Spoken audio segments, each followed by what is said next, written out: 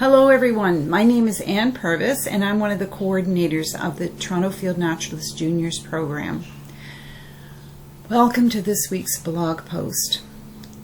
This slide is the answer sheet for last week's puzzle, the Lepidoptera and Who Am I matchup.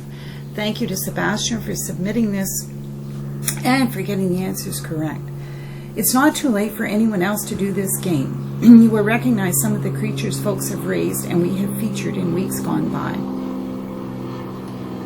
Thanks to Sandra for submitting this lovely drawing of a raven. Ravens are large cousins of crows and are the subject of many myths and legends. They were also featured on TFN's radio show, CJRU. You might want to check this out. Also, Sandra was our artist for a 10-week class during the COVID crisis, and she has stimulated us to see the beauty and symmetry in nature and to learn how to draw it. And I hope lots of people will be inspired by this drawing of the raven to attempt another drawing of their own and send it in. We would love to post it next week. This is a lovely litter moth submitted by Sandra. If I'm right, and this is the rotund idia, then the larva eats leaf litter and coral fungus, not something green like leaves or something fresh like fruit. That came as a surprise to me. Daddy Longlegs is not a spider, although it looks like one and is closely related. They are also harvestmen and prey on insects, scavenge dead insects, and drink plant juices. They are not poisonous, so safe to handle and observe, and very cool. Marina and Sonia sent in slides of coreopsis, bachelor buttons, and poppies from their garden. Coreopsis is a much-loved plant to many different kinds of insects. Hopefully everyone has a patch of coreopsis to look at in a garden or on a walk. I was not able to find the name of this unusual-looking fluorescent beetle. Marina also sent in a picture of Mud Dauber wasps. They build their cells out of mud, stuff them with spiders, and lay an egg on the spiders. The larva will eat the spider when it hatches out of the egg. Often solitary wasps stun rather than kill their prey, so the larva has fresh meat to eat when it emerges. Incredible to see what is inside a cell. Solitary wasps are not at all dangerous, so we can safely allow them to reach maturity and abandon their nests before we take them down. Black swallowtail pupa from Karina and Sebastian. Wow, I can hardly wait to see that beautiful creature that comes out of that cocoon. Lovely to see the silk thread holding this at an angle, looking like a dried branch. We have seen a couple of chrysalises in our recent slideshows of monarch chrysalises in recent slideshows. We saw a green one with the gold spots and a clear one after the adult monarch had emerged, as in the right photo here. To the left, we see the pupa in its final moments, with the adult colors showing through the clear chrysalis.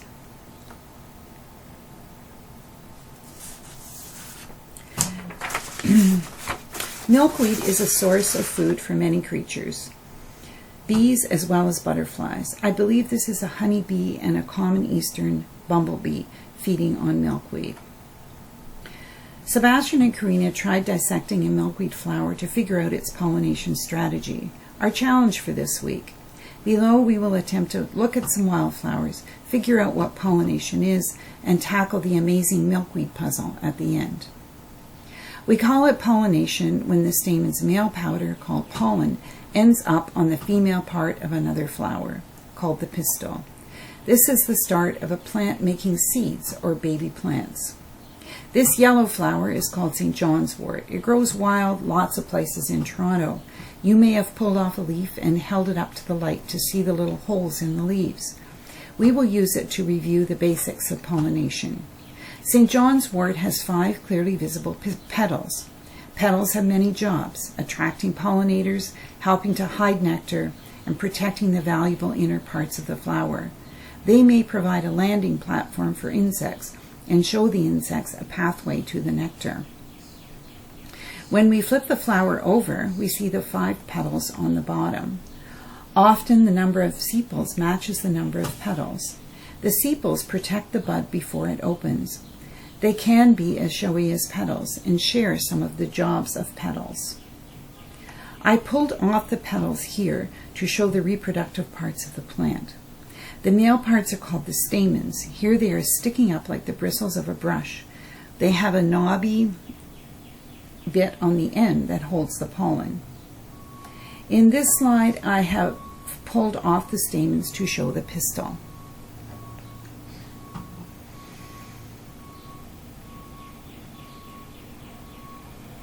Every flower species has a different type of pistil. St. John's wort has a three-parted pistil. The pistil is the female part of the flower. The pollen, transported by an insect, lands on this part of the pistil, the outer end, travels down the stalk, called the style, to the ovary at the bottom, where the egg is. It is here that it fertilizes the egg. The seed grows in the ovary after the egg is fertilized. This is a picture of what is inside the ovary after the eggs are fertilized. So the little seeds are starting to grow. This is a gorgeous plant called Viper's bugloss. About 50 different pollinators visit this plant. The question is, why do pollinators visit plants at all? Bees visit flowers to get pollen, which is very high in protein, and they feed this to the young. Bees and all other insects are also looking for nectar, a high-energy, sugary liquid that plants make. Plants only make nectar to attract insects and ensure they get pollinated. Plants have no use for nectar themselves. You can see this brown-belted bumblebee stuffing his head deep into the bell-shaped flower to get the nectar. While he is doing this, the stamens, with their load of pollen, are brushing against his body, and he is picking up a load of pollen to carry to the next flower he visits. He may scrape off the pollen, mix it with juices to make a paste, and push it into the baskets of his legs to go back to the nest. Or it may get dropped off at the next flower he visits. Viper's bugloss is in the forget-me-not family. It has these curled branches. These curled branches here that gradually uncurl and as the buds open and flower. This is bird's foot trefoil. It is in the clover family. You can see the red lines here on the showy upper petal. These serve as nectar guides to guide the insect to the nectar. Petals often have nectar guides, as they are called, so that insects travel past the pollen and pick it up on their bodies. In tick trefoil, the lower petals here serve as a landing platform. When an insect lands on the lower two petals, they split apart. Look what pops up from underneath. When the stamens are ripe, they daub pollen on the bee's belly. When the pistil is ripe, it picks up pollen from a visiting bee. Why do plants need to get pollen from another flower of the same species? They make their own pollen. Why can't they just use that pollen? The answer is that nature hates self-pollination. Nature wants flowers to get genes from another flower so that all the seeds are slightly different from each other. And plants have a lot of ways of avoiding their own pollen. One of nature's tricks to avoid self-pollination is to have the stamens and pistils in a single flower ripen at different times, so there is a time delay. Creeping bellflower, this plant right here, uses this trick. Many of you will have this flower in your garden. Inside an unopened bud, you will find this structure. The stamens are these tall white pieces here. They have a nectary right at the bottom where nectar is stored. In the middle of them is the pistil.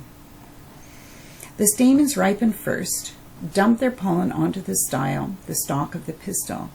Then they shrivel up, there they are at the bottom, and die. Insects come to get nectar and brush against this pistil, picking up the pollen on their hair.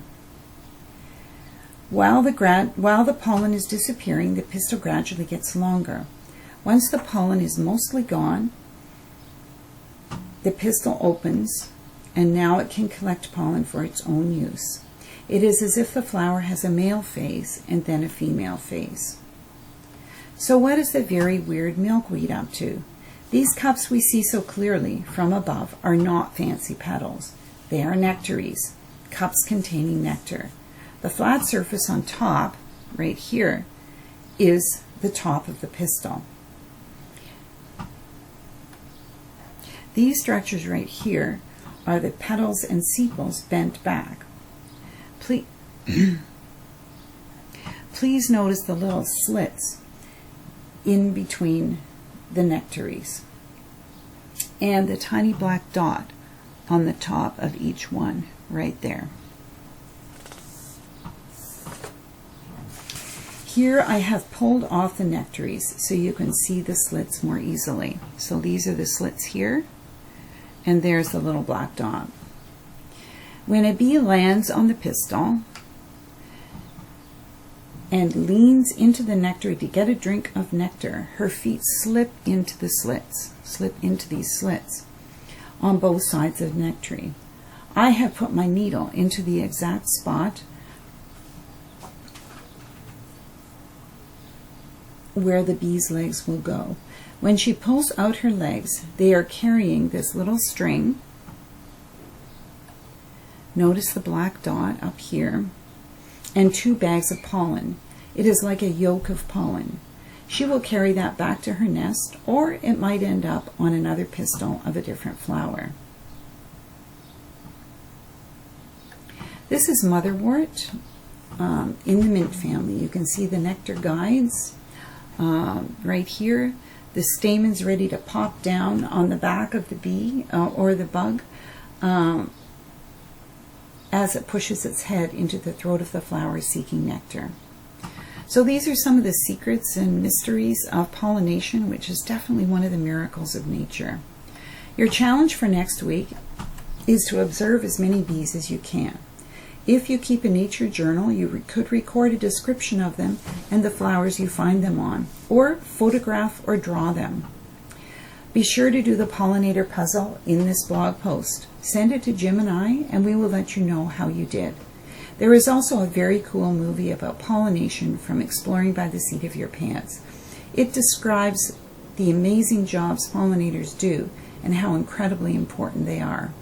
Also, come to our Zoom event with bumblebee expert Sheila Cola this Saturday, July 11th at 10 a.m. We will send you the link 15 minutes before.